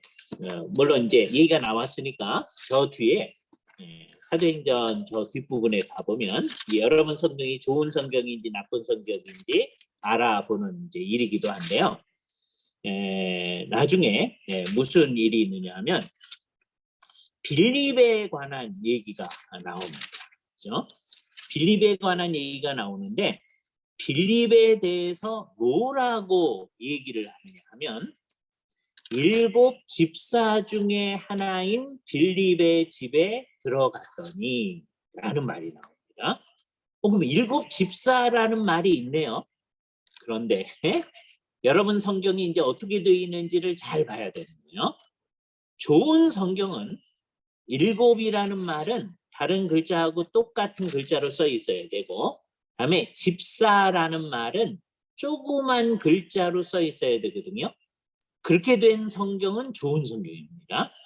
근데 나쁜 성경은 어떻게 되어 있느냐? 7이라는 말하고 집사라는 말하고 다 똑같은 글씨로 되어 있을 때 그거는 좀 이상한 성경, 잘못된 성경이죠. 그래서 여러분이 그걸 가지고서 여러분 성경의 성격을 잘 알아야 돼요. 예, 지금 제가 말씀드리는 게 어디인지 찾으셨나요? 지금 사도행전 지금 못 찾으셨나요? 7 집사 중에 하나인이라고 하는 말이 나타나는 곳 찾았어요? 안 찾았어요? 21장 8절 보세요. 이튿날 떠나 가이사에 이르러, 잘 보여요. 여러분 성경이 어떻게 되어 있는지. 7 집사 이렇게 되어 있죠. 전부 다. 근데 글자 크기가 다른 성경이 있어요. 좋은 성경. 예? 7은 그냥 똑같은 글씨로 되어 있는데 집사가 작은 글씨로 되어 있어요. 예? 그게 좋은 성경이에요. 제 성경 똑같아요. 나쁜 성경. 예? 큰 글자 성경인데 나쁜 성경. 그죠? 이게 왜 그러냐? 작은 글씨로 쓴 건 원문에 없는 거예요. 예? 늘 이게 이제 우리나라 말에 맨 처음에 할 때 원문에 없는 거를 넣을 때는 늘 이해를 돕기 위해서 작은 글씨로 써놓은 거거든요. 예? 그러니까 아마도 집사다 이렇게 생각해서 그렇게 놓은 거예요. 마음속에 딱 세놓은 겁니다. 근데 이분들이 아마 요한복음 사도행전 6장에서 이제 선출된 사람들인데 7 중에 한 사람이죠. 근데 아마 집사인 것 같아요. 근데 그 사람들의 이름이 5절에 보니까 스테반, 빌립, 브로고루, 니가노루, 디몬, 다음에 바메나, 다음에 니골라. 우리는 읽어봐도 그게 어떤 성격의 이름인지 잘 몰라요. 그런데 1세기의 사람들이 이 이름을 딱 들으면 스테파노스, 필립, 브로고르, 니가노르 이거 다 들으면 전부 다 이름이 전부 다希腊적 형태의 이름이에요. 그러면 이 사람들이 전부 다 어디서 선출된 사람임을 알 수 있어요? 이 헬라파 유대인 가운데서 선출됐다는 걸 알 수 있어요. 예? 다 같이 모여가지고선 선출을 했는데 여태까지 분배가 잘못됐으니까 이 사람들이 알아서 하면 문제가 없을 거다라고 이 사람들이 지혜롭게 이 가운데서 선택을 합니다. 그죠? 흥미로운 거죠. 네. 그래서 이 일을 하는데 이때 이 사람들이 제비 뽑지 않았어요.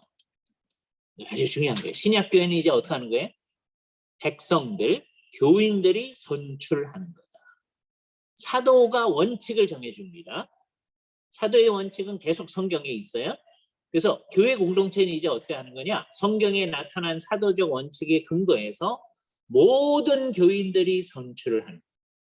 집사님을 선출할 때도 마찬가지고 나중에 장로님 선출도 마찬가지예요. 누가 선출해요? 성도들이 선출할 거예요. 이게 얼마나 어려운 건지 몰라요. 목회해 본 사람들 알아요. 예? 선출하고 나면 늘 시험에 드는 사람들. 그래서 목사님들 가운데 선출 안 하면 안 됩니까? 이런 사람 많습니다. 근데 우리들 마음대로 못해요. 성도들이. 그래서 신약교회는 성령님이 우리 가운데 계시다고 하는 것을 강조하는 거예요. 성령님의 뜻을 따라서 성도들이 주님의 뜻을 보이시옵소서 하면서 우리가 선출해 나가요. 물론 성령님께서 내가 이 사람을 지명하니까 이 사람을 어떻게 해라. 좀 이따 볼 겁니다. 그렇게 할 때가 있어요. 예? 왜? 아직 계시가 있는 때니까. 우리 시대는 그러지 않아요. 너희 가운데 누구를 목사로 세워라. 그러지 않아요. 너희들 가운데 누구를 장로로 세워라. 그러지 않아요. 어떻게 해야 돼요? 주님, 우리 가운데 누가 목사가 되어야 됩니까? 그래서 목사님을 우리가 선출을 하는 거예요. 장로님을 우리가 선출을 하는 겁니다. 그죠? 목사님을 선출하지 아니하고 목사 임직 안 하잖아요. 다 선출을 받잖아요. 그죠? 장로 선출을 하잖아요. 그죠? 이게 성경의 뜻에 따라 하는 거다. 그런데 누구의 뜻을 따라가야 되는 거예요? 우리 가운데 계신 성령님의 뜻을 따라가야 돼요. 우리는 성령님 없으면 움직일 수 없는 사람. 성령님을 따라가는 사람들입니다. 신약교회는 이제 어떤 교회다? 성령님이 하라는 대로 하는 교회다. 라고 하는 거예요. 그죠? 자, 이것이 이제 어디서 가장 잘 나타나느냐? 제가 2가지 예만 들어보겠습니다. 첫 번째는 사도행전 13장에서 안디옥 교회. 이게 이제 수리아 안디옥 교회입니다. 13장 1절. 안디옥 교회에 선지자들과 교사들이 있으니 교사. 이건 오늘 목사에 해당하는 사람들이에요. 선지자들. 이건 신약의 선지자들입니다. 있으니 그 사람들 누구예요? 바나바, 니게르라고 하는 시므온, 구레네 사람 루기오, 다음에 분봉한 헤롯의 젖동생인 마나엔과 다음에 아까 바나바가 데리고 왔던 사울 이런 사람들이 교사 또 선지자 역할을 한 거예요. 근데 주를 섬겨서 금식할 때 성령이 말씀하시기를 내가 불러시키는 일을 위해서 바나바와 사울을 따로 세우라. 놀라운 일입니다. 지금 이 교회가요 분위기를 보니까 누구 중심이에요? 바나바하고 바나바가 데리고 온 사울하고가 굉장히 중요한 역할을 합니다. 다른 분들도 중요했어요. 아까 니게르, 다음에 시몬, 다음에 루기오, 다음에 마나엔 이런 사람들 중요한 역할을 합니다. 근데 바나바와 사울. 그런데 성령님이 이 사람들을 set apart 하라. 따로 세우라. 라고 성령님이 말씀하십니다. 어떻게 말씀하셨을까요? 아마 거기 누가 있다고 그랬어요? 선지자가 있었다고 그러니까. 그중에 누가 선지자였는지 모르지만 선지자가 하나님의 계시를 받아서 이 얘기를 하는 거겠죠. 그죠? 자, 우리 교회에서도 그렇게 말하는 선지자가 있죠? 라고 하면 망하는 거예요. 예? 그 있다 그러는 사람들이 신사도 운동하는 사람들입니다. 예? 예.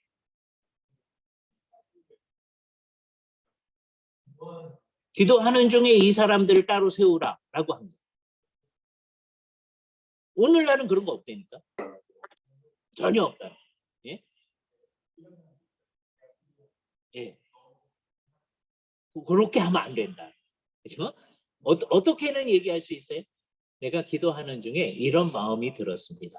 내 마음 속에. 그건 있을 수 있어. 근데 그게 주님의 뜻인지 아닌지를 우리가 이제 판단해야 돼. 그죠? 그러니까 언제나 겸손하게 얘기해야 돼. 누구든지. 그죠? 기도하는 중에 무슨 마음이 들 수 있잖아요, 여러분도. 그죠? 근데 그러면 이제 그걸 가지고 주님 이게 주님의 뜻인지 아닌가 하는 중에 나는 이게 주님의 뜻이라고 생각하고 갈 수가 있겠죠. 그러나 100% 확신은 못 하는 거예요. 그죠? 예, 이렇게 늘 겸손하게 생각해. 그러니까 100% 확신할 수 있는 건 뭐노 100% 확신해? 성경에 있는 건 100% 확신해. 그죠? 근데 나머지는 그러니까 겸손하게 기도하는 중에 이런 생각이 들었습니다. 이러면 돼.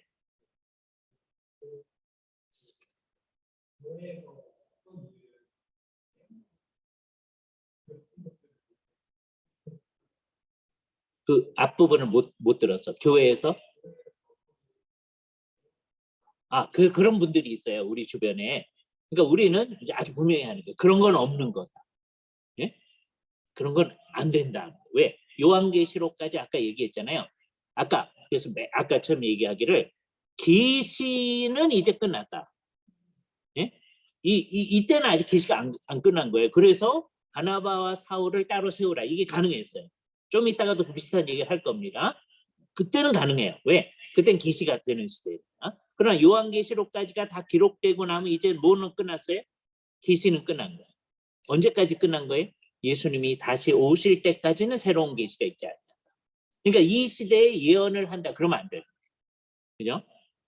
예언이라는 말을 쓸 수는 있어요. 뭐가 예언이에요? 이제는 성경에 있는 말씀을 잘 해석해 주는 것. 네? 그래서 이제 추리에서 그것을 프로페싱이라고, 성경을 어떻게 설교할 것인가 하는 모임, 그것을 프로페싱이라고 했어요. 그러니까 이제 하나님 무슨 계시를 줘가지고 우리가 말하고 그런 건 있지 않냐다. 이걸 분명히 해야 되거든요. 이때는 어떻게 가능해요? 이때는 아직 주님의 특별 계시가 있는 때니까. 그죠? 자, 여기서 이제 연속성과 불연속성을 분명히 알아야 돼요. 자, 성령님이 이렇게 말했어요. 성령님을 따라가야 되잖아요. 요 원칙, 신약에 있는 우리도 성령님을 따라가야 된다는 똑같은 거예요. 그런데 우리한테는 아직 계시가 이제 더 이상 주어지지 않으니까 이렇게 바나바와 사울을 따로 세우라, 이런 식으로 주어지지는 않아요. 그죠? 우리가 성령님의 뜻을 잘 판별해서 가야 돼요. 그게 연속성은 뭐예요? 1세기 교회도 성령님을 따라가는 교회고 성령님의 인도하심을 따라가는 교회고 우리도 성령님의 인도하심을 따라가는 거예요. 근데 비연속성은 뭐예요? 그때는 구체적으로 이렇게 말을 하셔. 예? 이게 성령님이 주신 말씀이야. 사도를 통하여서, 선지자들을 통하여서. 우리한테는 그런 거 없어. 있다고 그러는 사람들이 있죠. 예언이라고 하면서. 그거 안 된다. 그죠? 아주 분명히 해야 돼요. 예? 장로교회는 그거 안 되는 거다. 근데 장로교회라고 해놓고 그러는데 되게 많잖아요. 그래서 우리가 순복음 장로교회 그런 말을 하는 거죠. 한국은 전부 다 순복음 장로교회가 된 거예요. 그죠? 제가 자라난 교회가 굉장히 좋은 교회입니다. 제가 어렸을 때부터 웨스트민스터 신앙고백에서 배우면서 자라났어요. 굉장히 좋은 교회잖아요. 그런데도 우리 교회에 신앙이 좋다는 분들이요, 막 예언 받으러 다니셨어요. 네? 그러면 그 교회는, 그러니까 우리 교회 공식적인 건 어떤 거예요?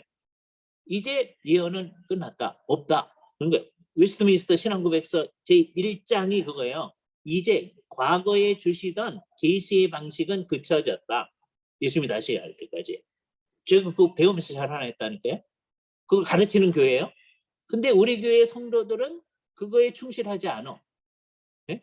그래서 신앙 좋다는 분들이 예언받으러 다녀요. 예? 그래서 제가 재미있게 표현하기 위해서 그걸 민중신학이라고 했어요. 공식 신학은 뭐예요? 우리 웨스트민스터 신앙고백서가 말하는 개혁신학이 우리 교회의 공식 신학이었어요. 근데 민중신학이 개혁신학을 이긴 거야. 예? 그게 제가 어렸을 때 자라난 교회뿐만 아니라 한국교회 모든 데가 그런 형태. 그래서 그런 질문이 나오는 게 하도 이상하지가 않아. 왜? 다 그러고 있으니까. 안 그런 교회가 거의 없다시피 한 거예요. 그래서 우리가 이걸 분명히 해야 됩니다.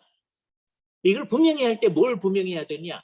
지금은 우리도 21세기 교회도 그렇고 23세기 교회도 그렇고 주님이 아직까지 그때까지 오시지 않는데 24세기, 25세기의 교회도 다 성령님의 인도하심을 따라가야 돼요. 그런데 성령님이 인도하시는 방식이 다르다.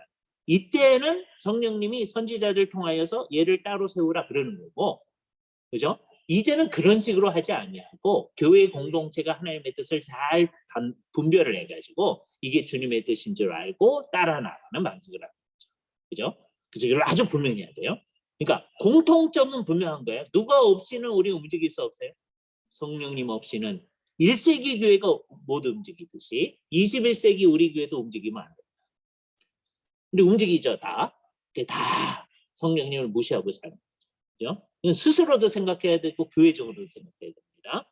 우리는 성령님 제쳐놓고 뭐 하면 안 돼요. 예? 그러니까 성령님 없이는 개혁교회가 아니다. 성령님 없으면 장로교회가 아니다. 분명히 해야 됩니다. 우리 공동체 안에 성령님이 계신데 성령님께 순종해야 되는데 이때는 성령님이 분명히 이렇게 얘기합니다. 그래서 자기들 가운데서 제일 중요한 사람을 빼내라고 그러는데 이 사람들이 어떻게 해요? 다 순종해. 이 사람들 없어지면 우리 안 돼. 그러지 않아. 예?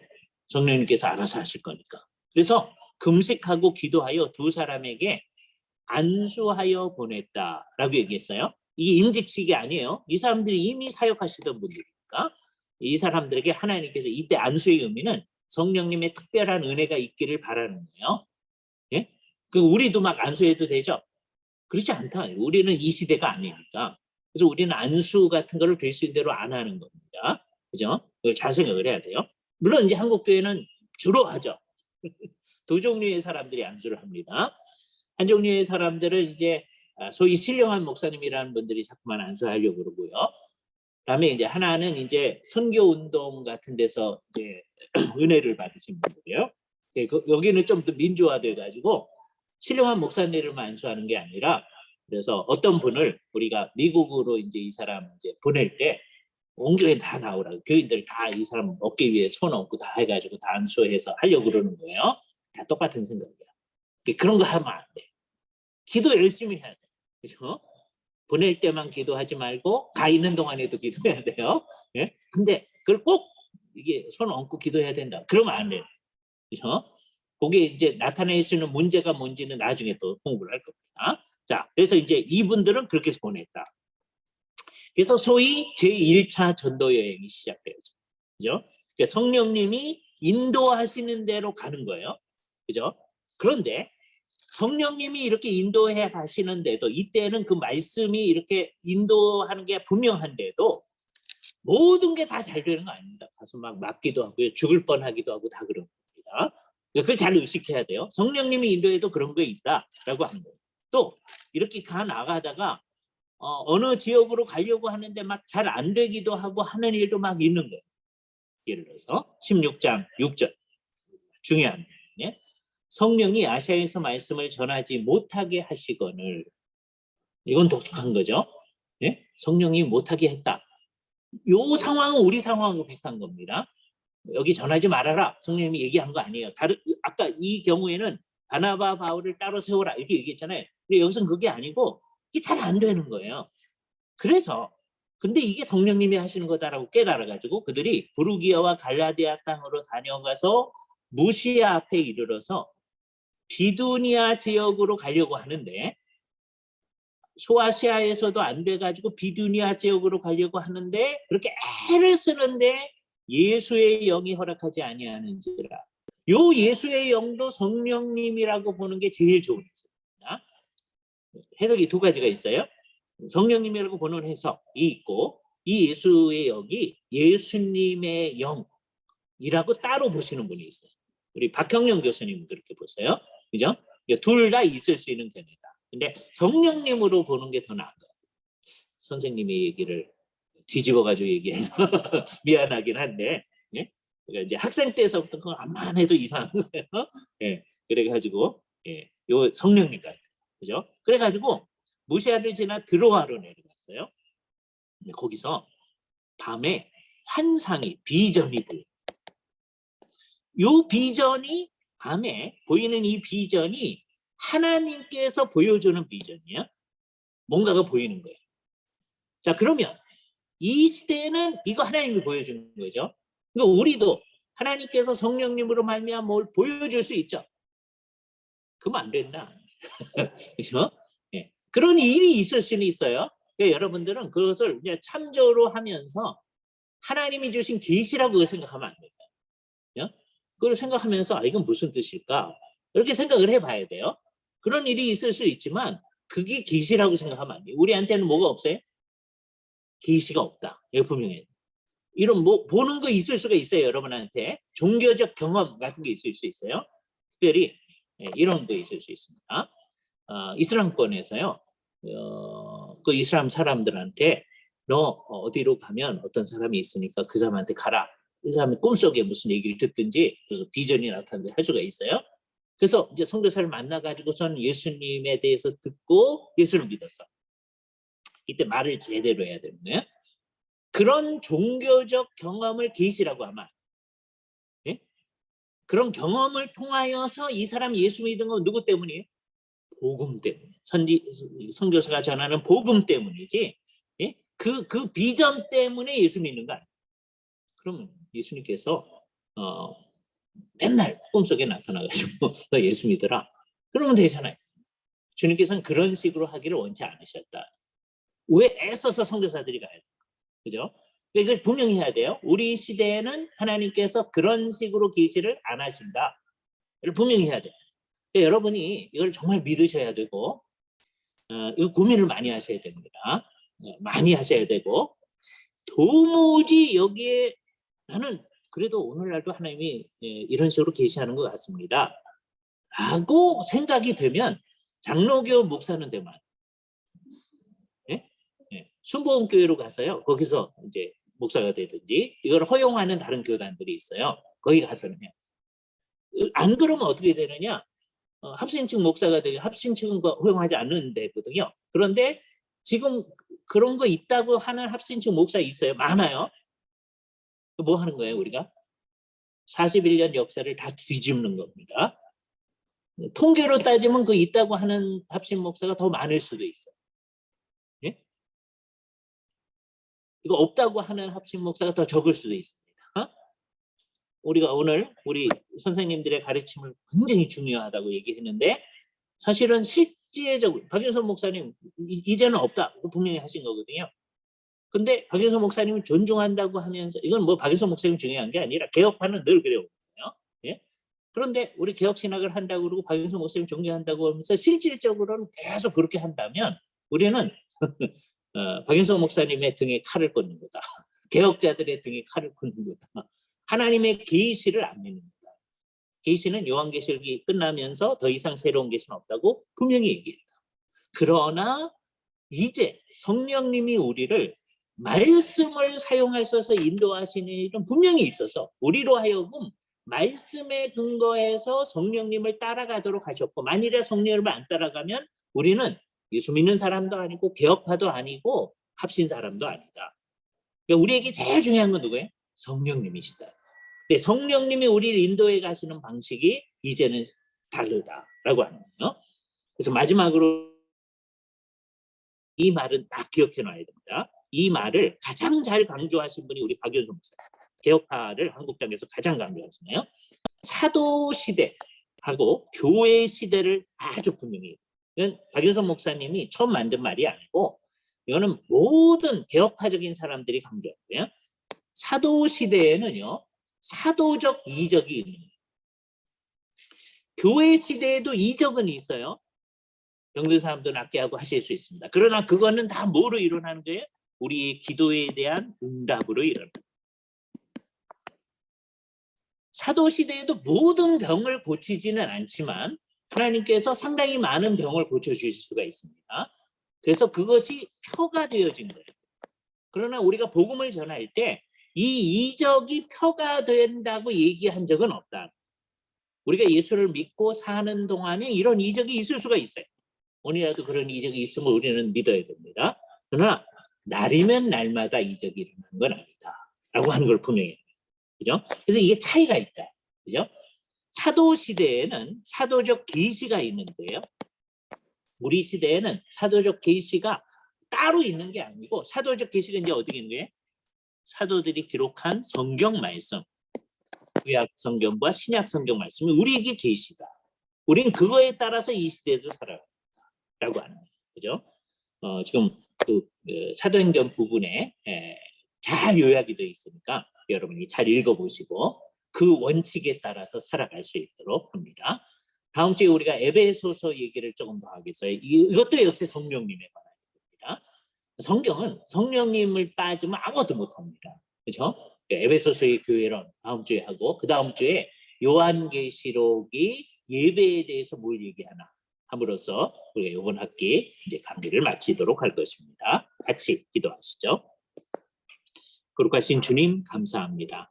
오늘도 우리에게 시간을 주셔서 성령님의 인도하심대로 우리 가운데 임재해 계신 성령님을 인정하고 주님이 원하신 대로 살아나가는 것이 어떤 것인지를 생각해 갈 수 있게 하심을 감사합니다. 실제로 우리가 매일매일 구체적인 일상생활에서 성령님의 인도하심을 온전히 쫓아나갈 수 있도록 함께하여 주시옵소서. 그리하여 성령님께서 성경을 사용하셔서 우리에게 가르치시는 성경적 사상이 우리 가운데 명확하며 그 뜻을 향하여 나아가는 우리 모두가 될 수 있도록 41년 동안 인도하신 하나님께서 같은 방식으로 우리를 인도하시며 주님이 원하시는 귀한 뜻들을 우리 가운데 드러내어 주시기만을 간절히 원하옵고 우리 주 예수 그리스도의 이름으로 기도하옵나이다. 아멘. 수고하셨습니다. 이제 이거를 끄도록 하겠습니다. 질문. 예. 예. 예.